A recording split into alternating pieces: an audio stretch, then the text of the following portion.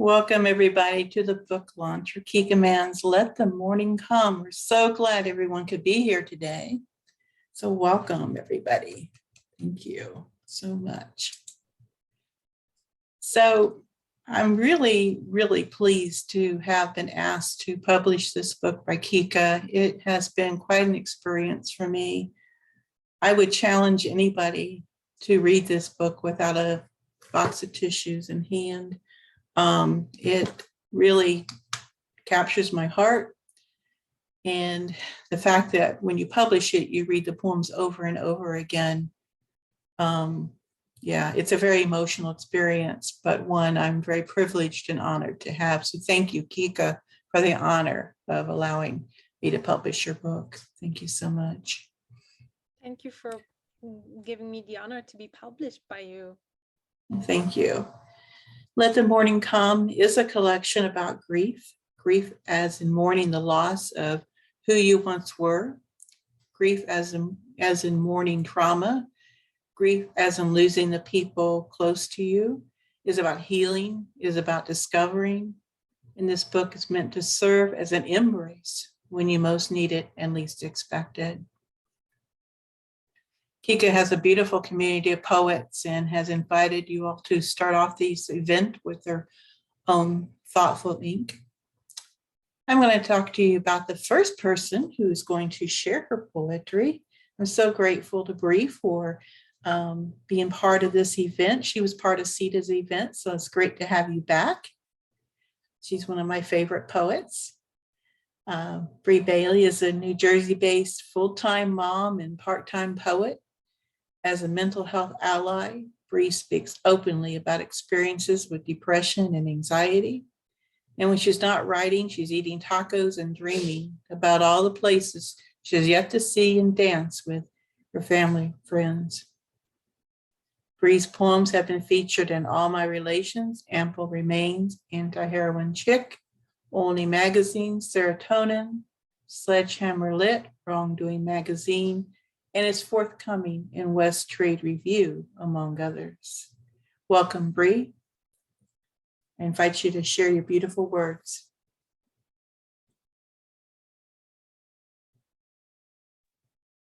And I don't hear you.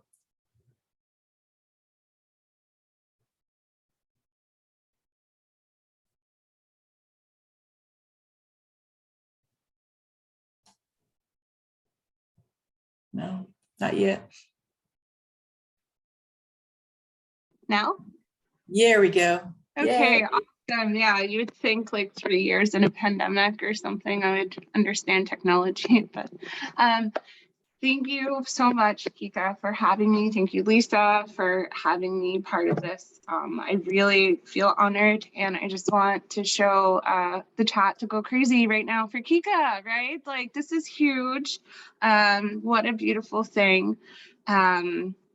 Kika is part of a wonderful poetry community that I think is all about celebration and being together and community and writing and healing. So it's an absolute honor to be here this morning, this evening, wherever you are.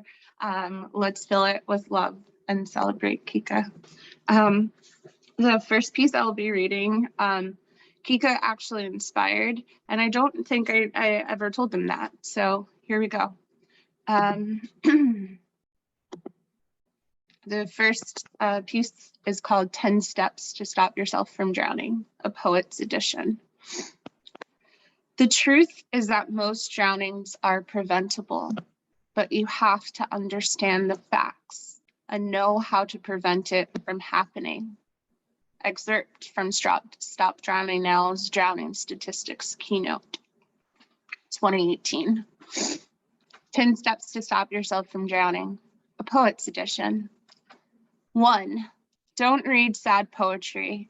Words will melt and grab a hold of your bones, of your metaphor. It's the booze of the bard. It will only weigh you down. 2, swear to be good and pretend you're God. Walk on water and make believers out of your begotten. 3, don't fall in love with devices of fuck me over plastic.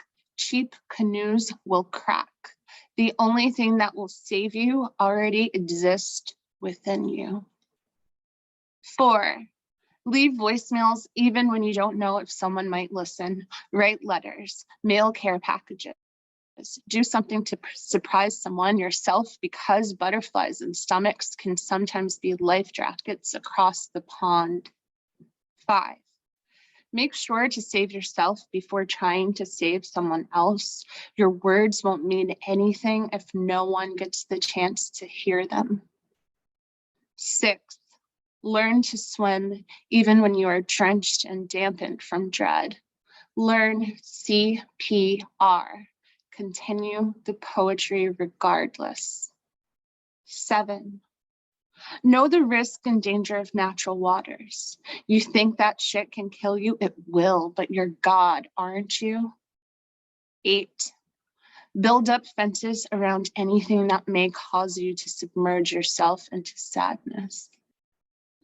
9, make so much noise it fills your lungs and threatens to shoot geysers of grief. There's nothing silent about how you will leave this earth. 10, don't go at this alone. Look for a lifeguard. Yeah, so that piece was inspired by Kika in a way. Kika gives me a lot of hope when I read their writing. It's filled with an incredible amount of grief and sadness. That's kind of our running joke as a poetry collective, is we have to have those two factors in our poetry for it to be exciting, I feel. That was just a silly joke. But there's also a level of hope in it, right? It's I'm writing this and I survived this. And I think something that it's really embodied in Kika's work is the survival aspect. And I think that that's beautiful.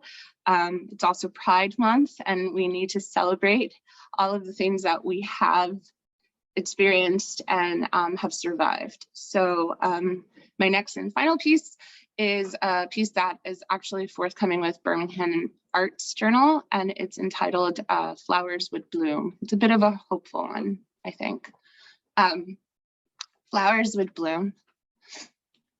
Sometimes I think if Jesus freed his hands, he'd wipe nails away and flowers would bloom in the holes.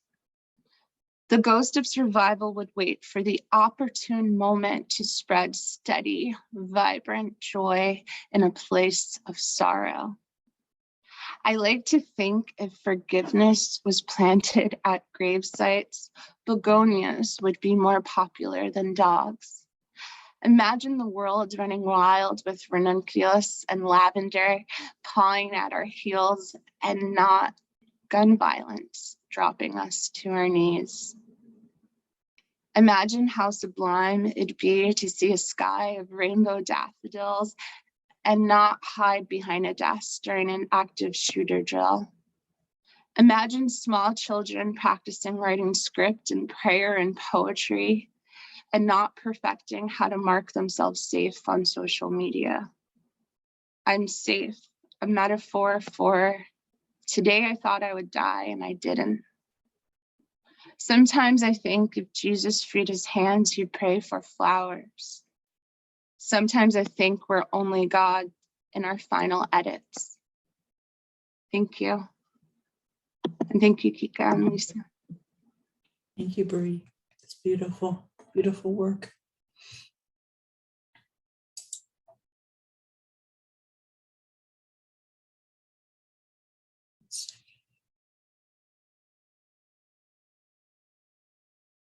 Bear with me one moment here.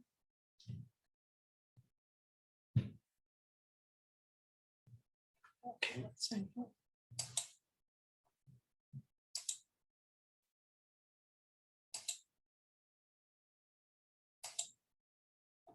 There's never a successful book launch until the person who's supposed to be talking doesn't have something in their notes. So Verstrepen works in Belgium as a digital creative during the day. Their nights are filled with turning dreams into reality in the other way around by means of poetry, theater, and tabletop role-playing games. You can read their work in Anti-Arrow and Chick and Gnashing Teeth Publishing. If you're in Belgium, you can hear them perform slam poetry live, mostly in places with cool lights and lovely people. Welcome, Tove. Thank you for that lovely introduction, Liza. And Kika, I'm beyond grateful to be part of this as well. So when Kika asked me to open for them, I thought that would be the easiest thing in the world because I've read a lot of Kika poems and they all teach you to open as a person because Kika always shows up in their poetry with all vulnerability and everything out there. And I think that's something beautiful because that way I connect with them as a poet, but for me, more importantly, and a bit egoistically, also as a friend, because there's just this instant connection and space that they create. So this first poem is inspired by them, and it's called Ravens by a Cauldron. After we've all written our last poem, will we be blessed enough to hold close the remembrance, the years we are now? We are ravens by a cauldron. We are a murder of word whisperers, a coven of poets. We fill the world, different homes in different lands, yet all part of its daily glinting radiance and bleeding pens. We are incantation, royalty enamored by the spell we chose to share, to facilitate a comfort, not unlike that of the first campfire in the original winter. No, our brewing thoughts, our magic is a wee incantation of smoke singles. How else do you explain how our words travel across continents and don't lose feelings? There's someone writing in Paris after the tempest. There's someone stuck in an airport scribing faded paper. We chose to barter our time on each other. Us, we chose community. And isn't that beauty? Even if only lit by electric windows, time and space are weighted with our urge to cross continents, to talk and see each other's hair seasoned anew. Drawings emerge on our skin, smiles and craft feet hug our eyes. We send each other sparks in the shape of our voice, in the candle of our face, as if to say, here I am, all of me, with all of you. I've not seen many of your eyes, but I felt them shine. I know not all your timber, but I won by your voice. If this is what it means to be bewitched, then I gladly burn at the highest stakes. Then I gladly sink to the bottom of that deep river to hug the never before hugged alga, sunk mementos and origins of life. If ever this be forbidden, my love will be the softest rebellion. So that's the first one. And as I said, it's fully inspired by Kika and what they mean with poetry, community, and friendship. And I've had the pleasure of sharing a country with them, of sharing moments with them. And so the second poem is completely inspired by Kika because it's written especially for them. And to be honest, it's just my experience of being a friend, everything of it. And everybody in this room, I do wish you that same experience because it's one of the most giving things I've known in this life. So Kika, again, first of all, thanks for being you right now and for sharing it with all of us. It's really incredible. All right. We were two of 177 windows in a poetry Zoom room, each one holding the depth of a person. We met another in this ink-linked life called chance, called beauty, called, I don't know, how we made the connection that we shared a country. My memory has more of your presence than details. Maybe I'll forever be missing the significant atom shared the first time I saw you. Because I'm a page holder at peace with that fact, because you are all you and we are in each other's lives. And that's to say, there's a you memory. That's the only memory that I have of a certain coffee place, full circle amazement. I never told you about my waver fingers or paper storm hearts, how I would hold myself for meeting the new or the unknown, because why would these cool bees want to be my friends? Because I always felt more reflector than light source, because your welcomeness was louder than my self-doubt. You turned me quiet, struck, thankful, a handle open for connection.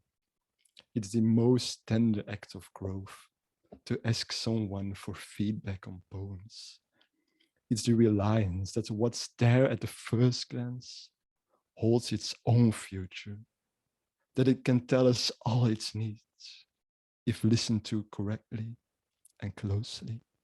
Kika, you always listen with your whole eyes and smile. You brightness me into a hug. You showed me ways around rivers that I never knew. And there's so many more unknowns that could have been you filled if I didn't cancel our plans 5 times, because I wanted to see you, but could not see that I was more than my convinced lack, more than a 26-year aged question about identity. Now I'm more than what I thought of me, because I trusted what you saw in me. Did we cheat the system and meet before we were supposed to? Did we have our first need meeting before we knew us? I don't think there's a precise answer to these questions.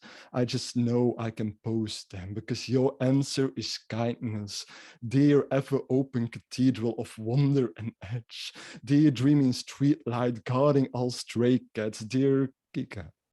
I'm a better person because of you, because of the way you write paintings, because that's who you are, an oracle voice of unborn mythologist, fifth direction of a compass, wish for new maps.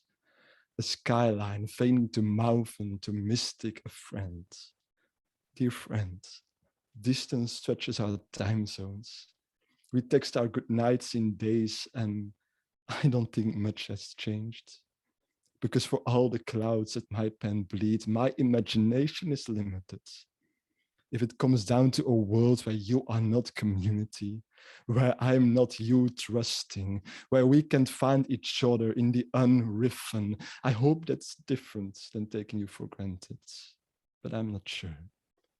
And just in case these words can travel, I'll leave some empty paper here to see your words land, to find you unexpected again and again and again. Thank you. Wow, the tribute. Beautiful tribute. I'm not crying, you are.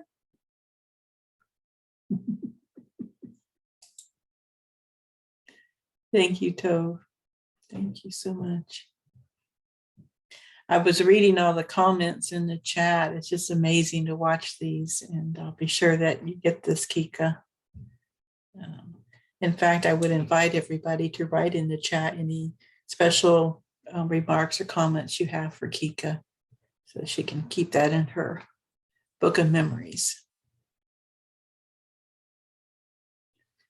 Well, at this time, we're going to welcome our guest star, Kika. Man, it's all yours. And here's the book. In case anybody wants to see. Kika has a bunch of them. Hello, everyone. Here's my book. Oh, wait. Yes, now you can see it. I have a lot of them, but more will arrive in Belgium in a few weeks. And then you can order them from my parents who are here. And I thought I would start with the opening poem of my book, which is called Rejecting Your Own Body, an Unrequited Love Poem. I love you to pieces. Your nails, and especially the dirt under them, make my heart pump faster than the bottles of kombucha I finish in one day. Cherry thyme, mango turmeric, grapes hopped. When I see your body, it steals my lungs as they fly away on a kite to heaven. You make me want to live forever. But every single time you reject me, I start crying, and then you are crying. We're all howling, and there are wolves within us. When you wear those glitters around your eyes, I love how the thought of them lights up your face. You don't ever need fairy lights. You are an elf of a forest you're forever lost in. Dance with me, you kind-hearted soul. Please take my hands, my skull, take my brains. I will gladly cut them open for you to dissect. You may press on every nerve ending. We are bruised and it's midnight already. How will we spend the rest of the night of our lives? I would die for you. I have already. Took those pills, smashed them down my throat. Did you feel my proximity? It's the same as when we throw up with porcelain, only to ring the bell and ask for help. I ask for you, please. Come closer. Don't leave me, and don't ever tear yourself apart at the seams where I have attempted to fix us. When I touch your hair, it makes me smile. The way you wake up cocooned in blankets makes me want to stay at home and make you an omelette of love so salty because I'll be crying over your softness. You turn me flabbergasted, gobsmacked. Did you really try to knock out my hope for us to work? Your sweetness turns my mouth to enzymes. How can I ever stop wanting to knock you up with some good old self-love? Love me back, please. I will never leave you. Please. That's the first poem in the book. Yay. And then to go in a proper chronological order, I thought I would go with the last poem in my book as the second poem, which is The Care in Art. On the days when I read the most poetry, reality turns into a reverie. A limerence surprising me with the care in art. Rare occasions, exhibitions furnish me a home of tenderness, places where beehives of intensity can wander across the boundaries of looking in and looking out for you, a caring soul. I try to find you in every element, the subtitles running by like horses and the glass covering the books. The care in art takes place in the hums of the speakers, the secrets in a brushstroke. I trace it in the description boxes, describing a world of poems and scattered glimpses of clairvoyance. This art looks after us all. See it for yourself. It is for the women, the colonized. This is for the marginalized. This is for the lonely. The care in art does not get lost in the hands of those who hold stardust of dreams. The dreamers will find their way back to its beginning. Organic as it is, its beating heart pumps to give and wishes for nothing in return.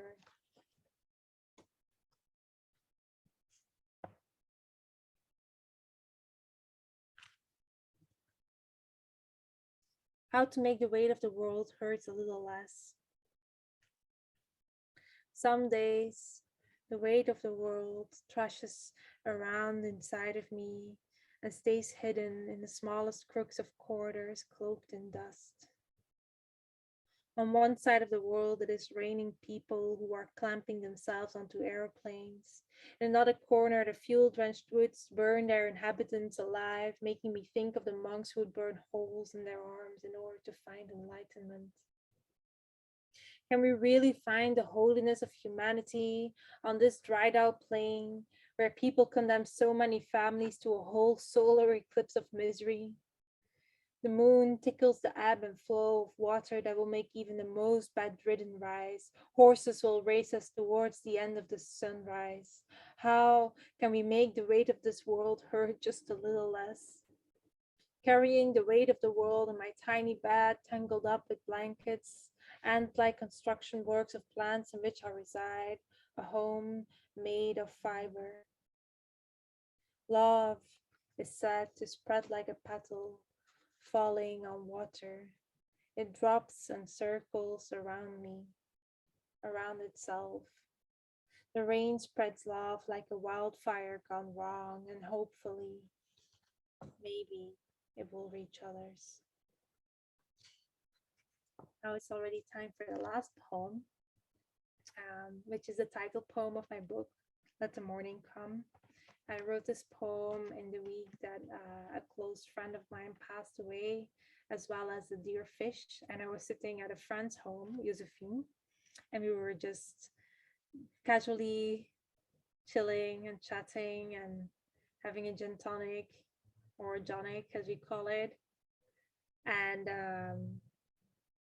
I thought of this phrase and wrote a quick poem to go with it. Let the morning come. Since this week passed, I anticipated grief. I buried my fish and held 2 wakes in one day, holding my gin tonic in one hand. Let the morning come. Thank you. And please order my book. You can order it from your favorite bookstore. You can order it from me or from my parents. I also made, give me 1 second. I had made some stickers, book plates, cut them all by hand, and we'll be selling these for €5 a piece. And then you can get a signed sticker sent to your home so you can have a signed copy. And I have exactly 105, so it's a limited amount. Thank you, Kika. Thank you. And as in every party, we have prizes. So let's do a drawing. Let's see. Let me bring my wheel up so you can see it. Okay.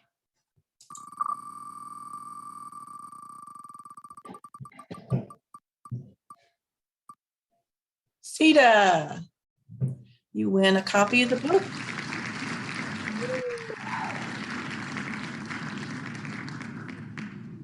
And I have your information, so you don't need to worry about saying it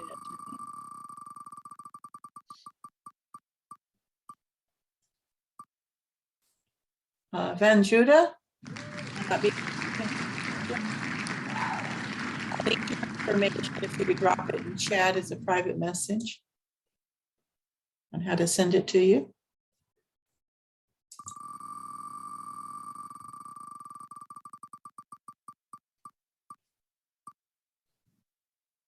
And last but not least, it's Isabel. I have a copy already, so someone else Carson can have my copy. Carson, did you say? Yeah, who's next to me on the wheel. Okay, Carson, if you want to put Because your I have information- my copy already.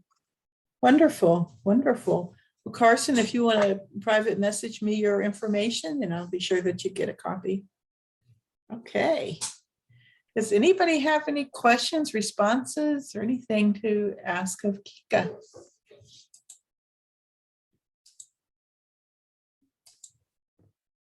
What kind of fish was it? What kind I of have a fish? question about the fish, yes. What was the fish like? It was a goldfish. Oh, so cute. Yes, we had named the fish after our psychiatrist.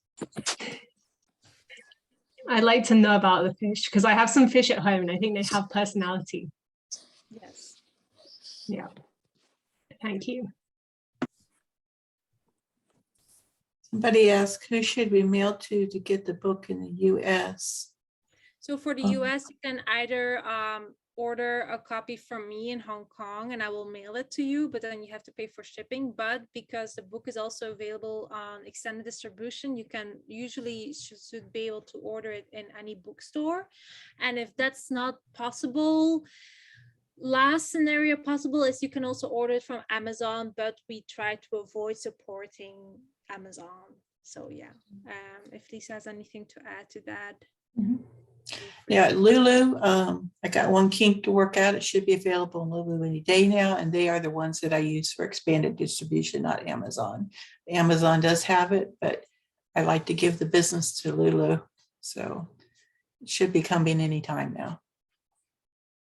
If you want to order from me, just send me a message and we'll figure things out and get everything sorted out. And if you would like to have a sticker, you can also just send me a DM or send me a mail or whatever. Thank you. I see Sita's got her hand up. Oh my God, Kika, I think you and Joe were, can everybody hear me? I'm on an iPad and I'm not used to Apple. And it's 6 a.m. here. Anyways, I think you and Joe were two of the first people I met from Poems That Don't Suck. And I think you just take like so much care with every line. When you go through my poetry, I'm like, it's going through the slammer. Like, in a good way. Because you're like, what does this have to do with this? Does this relate? And I just appreciate your poetry so much because it's so strong and it has so many thoughts and ideas to it. So, and congratulations, this is what you've been working towards. I'm so proud of you. And how does it feel? It feels quite surreal. Like I still can't imagine that I wrote a book. Well, I can't imagine that I wrote a book. I've written multiple books, but I've actually published a book is crazy. And I'm really grateful to Lisa for helping me make this dream come true, and thankful for everyone who buys a book from me. Well, congratulations. Miriam asked if you could tell us about the writing process for the book. So actually, most of these poems have been written in the past 2 years, I think, when I was staying in a mental hospital, in a psychiatric hospital for 6 months. A few of them were written before, but really the poems are just part of my process as growing as a person. I don't write to put them together in a book. I put them together in a book after I've written them. So I figure I come up with a theme or with a title poem, and then I think, okay, what other poems fit this theme? What other poems can I add to this that make it work better? So yeah.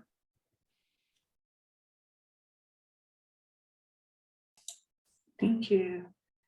Anybody else have questions or comments? Melissa has her hand raised. Okay, come on, Melissa. Hi.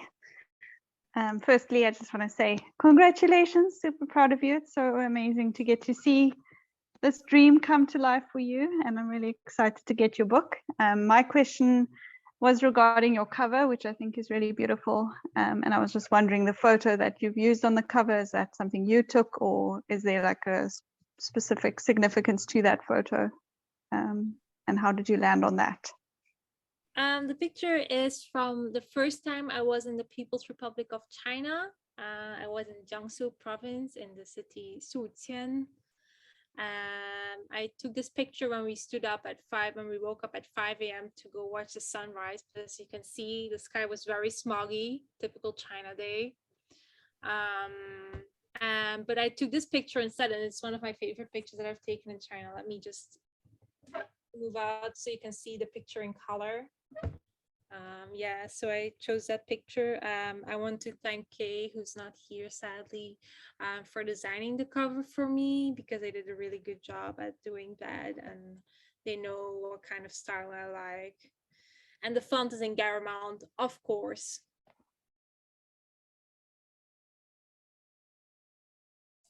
Thank you. So what's the story behind the Garamond? I'm in the dark. Garamond is my favorite font. Kay introduced me to it, and I've forever fallen in love with it. My tattoo, The City is Alive, is also in Garamond. And yeah, I think it's a very elegant font, so it should be rewarded more and should be used more. Thank you. Now I'm enlightened. Thank you so much. See other hands up. Does anybody else have a question or want to put one in chat? Well, I hate to leave the party because this has been really fun. See, does your hand back up or are you just adjusting your screen? I think she's adjusting her screen. Okay. All right. Well, thank you all so much. Please come off of mute so we can give Kika a big round of applause.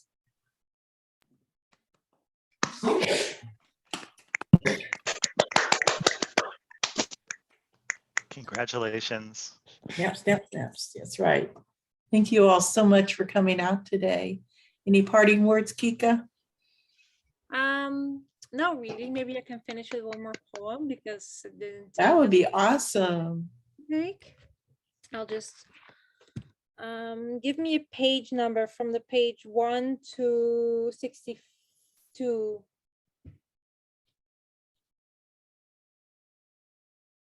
"32 is the formula of my breakdown," after Lynn Thompson. I wrote this poem in a workshop by Neil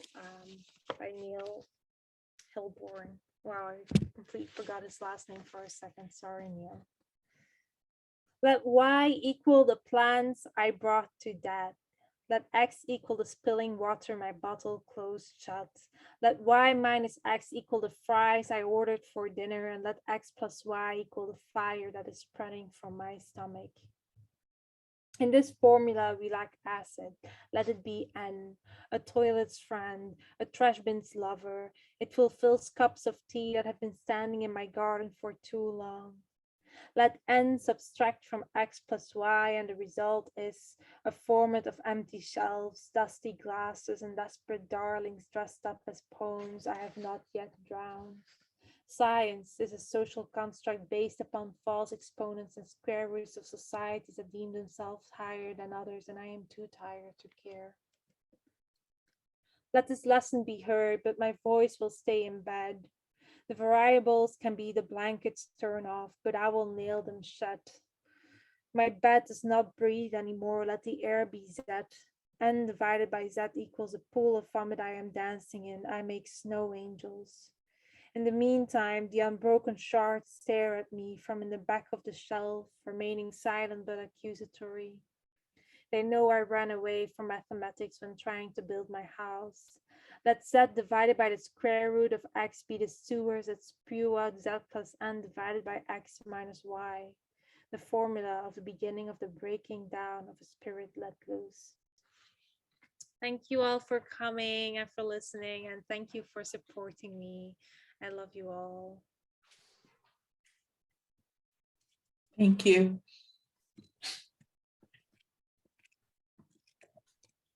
Yes, Carson, get Lyric out. Hi, Lyric. There you go. Hi. Oh, I can't actually hear anyone. I think I'm playing through So your crazy headphones. to see you in the same room. Is it the day of the call? Hi, loves.